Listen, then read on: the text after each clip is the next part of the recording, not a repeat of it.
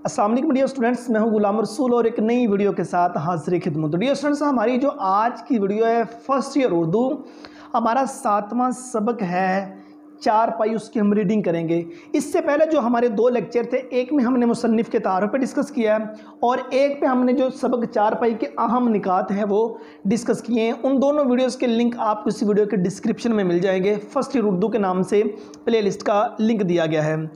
हम रीडिंग करते हैं। रीडिंग का ये जो हमारा पहला पार्ट है डियर स्टूडेंट्स, पहला लेक्चर रीडिंग का सबक चार पाई। चार पाई और मज़हब हम हिंदुस्तानियों का ओढ़ना बिछोना है।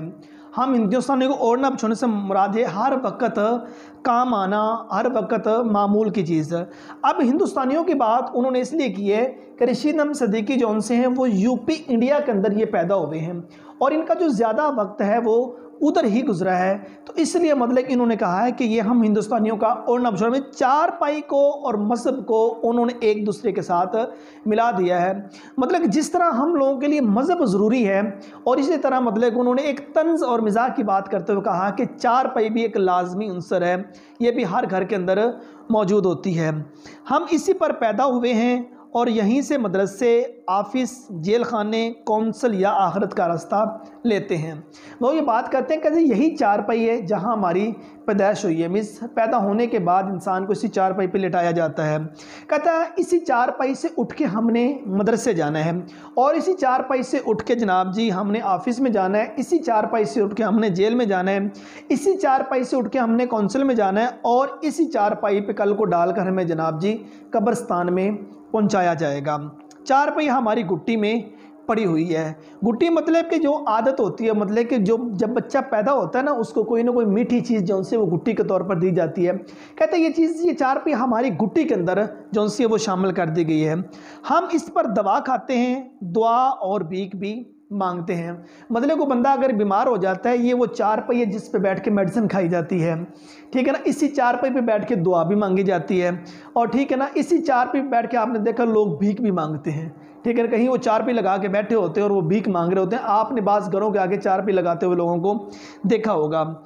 और कभी फ़िक्रे सुखन करते हैं और कभी फ़िक्रे कौम। फ़िक्रे सुखन मतलब कभी हम इसी चार पाई पे बैठ के शायरी करते हैं और कभी हम इसी चार पे बैठकर जो कौम है उसकी फ़िक्र शुरू कर देते। लो जी हाँ, हमारे मुल्क का क्या बनेगा, हमें सोचो विचार जो उनसी है इसी चार पे बैठ के हम शुरू कर देते होते हैं।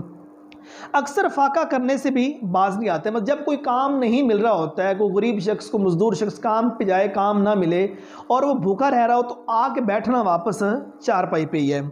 हमको चार पाई पर इतना ही एतमाद है जितना बरतानिया को ICS। ICS stand for Indian civil services. ये इंडिया का कंपटीशन का एग्ज़ाम होता है, जिस तरह हमारा पाकिस्तान में CSS का इम्तहान होता है। कहते हैं कि हमको चार पाई पर इतना इत्मीनान है जितना बरतानिया को इंडिया के कंपटीशन का एग्ज़ाम ICS पर, और उसके बाद जितना शायर को काफ़िए पर। अब काफ़िए के बगैर गज़ल नहीं हो सकती। काफ़िया मतलब कि वो अल्फाज होते हैं जो हम आवाज़ और हम वज़न होते हैं, रदीफ़ से पहले आते हैं। मतलब कि दोनों मिसरों में और बाकी हर शेर के दूसरे मिसरे में आने वाले हम वज़न और हम आवाज़ अल्फाज काफ़िया होते हैं और रदीफ़ के बगैर गज़ल हो जाती है, काफ़िए के बगैर गज़ल नहीं होती। कहते हैं जितना शायर को काफ़िए पर या तालिब इल्म को गुल गपाड़े पर, गुल पाड़ा करना शोर करना, मतलब तालिब इल्म हो और वो शोर ना करे, कैसे मुमकिन हो सकता है। कहते हैं हमको भी चार पाई पर इतना ही एतमाद है। चार पाई की मिसाल रियासत के मुलाजम से दे सकते हैं। अब वो चार पाई की जो मिसाल है वो जो रियासत का मुलाजम है उनके साथ देने के लिए जा रहे हैं। ये हर काम के लिए मौजू होता है। जो रियासत का मुलाजम होता है उससे जो काम मर्जी लिया जा सके लिया जा सकता है। वो किसी भी डिग्री से उसका ताल्लुक है, उसने किसी भी शोबे में अपनी तालीम हासिल की, आप जो काम लेना चाहें ले सकते हैं।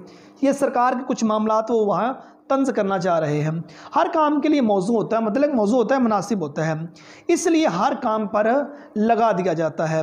एक रियासत में कोई साहब वलायत पास होकर आए, ठीक है ना।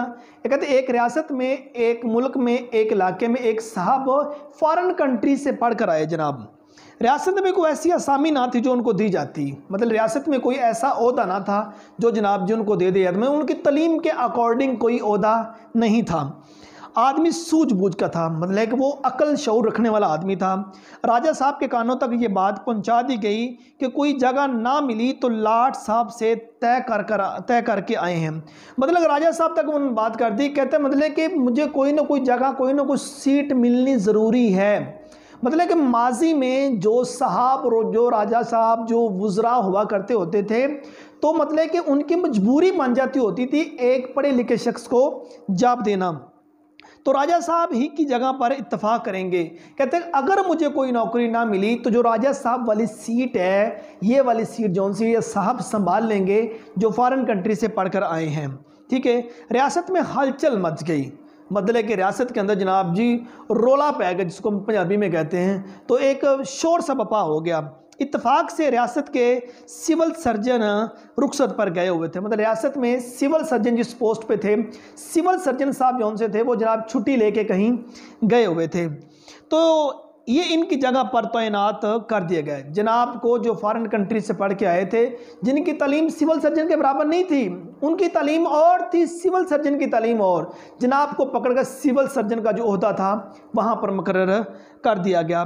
कुछ दिनों बाद सिविल सर्जन साहब वापस आए तो इंजीनियर साहब पर फालिज गिरा।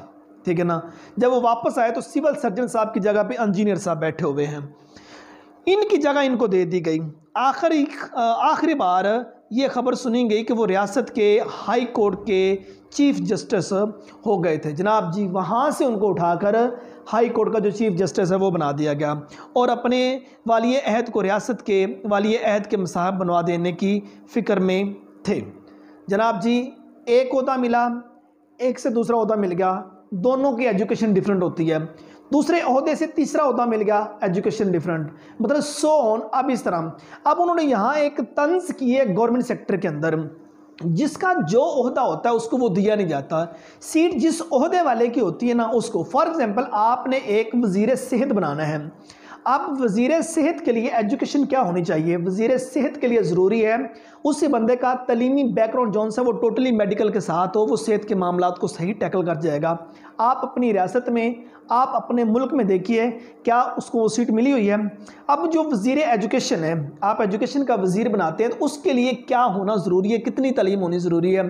ज़ाहिर सी बात है जिसका तलीमी बैकग्राउंड प्रॉपर एजुकेशन के साथ हो, जिसको एजुकेशन के तमाम जो तदरीसी मकासद होते हैं उनके बारे में इल्म उसको हो, वो एजुकेशन का ईच एंड एवरीथिंग जानता हो। और हमारे यहाँ मतलब कि एजुकेशन का वजीर किसको बनाया जाता है?